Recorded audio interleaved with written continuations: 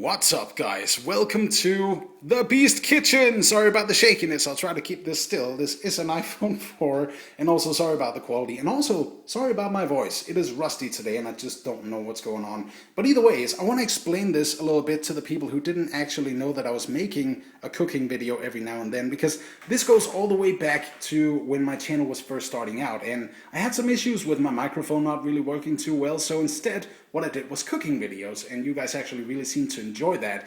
And when I did the previous one, which was, well, a while back, then you guys told me that you actually kind of missed these videos a lot. So I'm going to try to work these in wherever I can, but I can't promise anything every week. However, if I get a good idea, I'll be sure to throw it in. But yeah, today we're cooking some Beasty balls, which is a feast fit for a true beast, which indeed this is.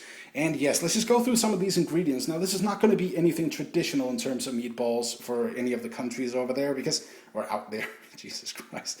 Anyways, this is not going to be anything traditional, which is why it's going to be called Beasty balls. So let's take a look at these ingredients. That little green thing up top is lime zest, and there we of course have the lime.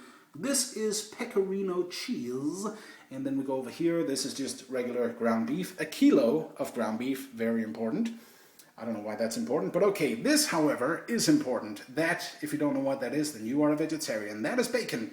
Over here, if you know what this is, well, you're a vegetarian? I don't know. This is onion, celery, and garlic that has sort of been chopped up very, very fine, because they are going to go into the mince over here.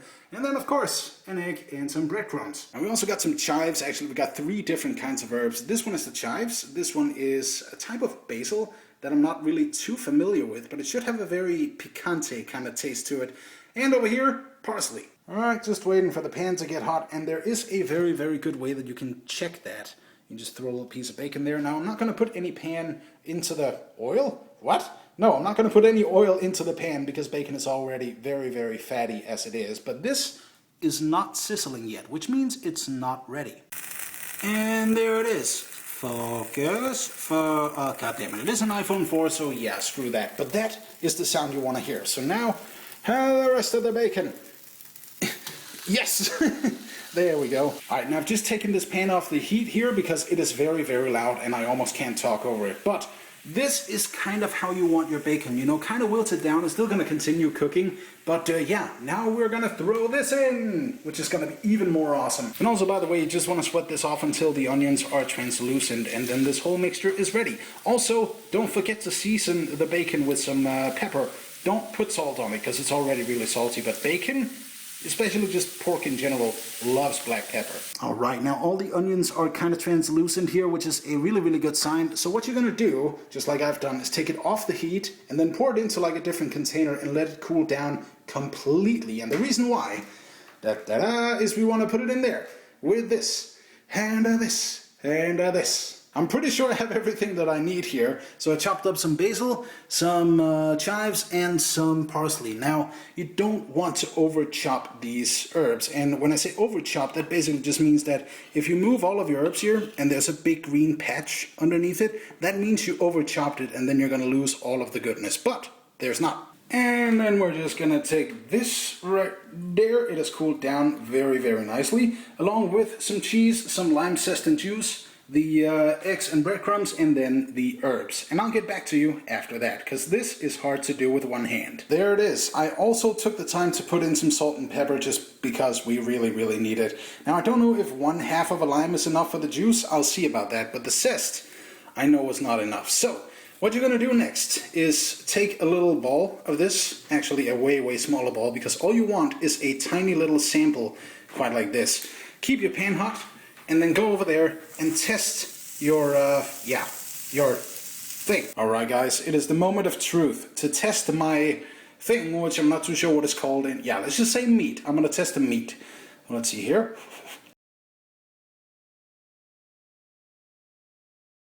Cocaine! No, this is sea salt. Rough sea salt, because all of these small little, well, grains, which are not the finest kind of grains on earth, but they're pretty fine, but still kind of rough. Those are going to create small salt pockets all the way around in your minced beef here. So I just want to fire some of this in and then put it into the freezer or fridge for like 30 minutes, And then we can focus on the marinara sauce. Alright, now really any marinara sauce for this can do. And I also forgot a very important ingredient, which is the garlic. But basically, very finely chopped garlic. This is shredded carrot. And the reason that I'm shredding that in like rough chunks is that it's going to sort of melt into the sauce that we're going to create and then just give it a lot more body. This onion, again, and celery, pretty much just the same measurements as before with the meat. But then we're going to turn it into a sauce instead. Alright, so a little bit of a tip for those of you guys who are using whole tomatoes that have been skinned. What you want to get, just get it, it's off camera. There we go. What you want to get is this.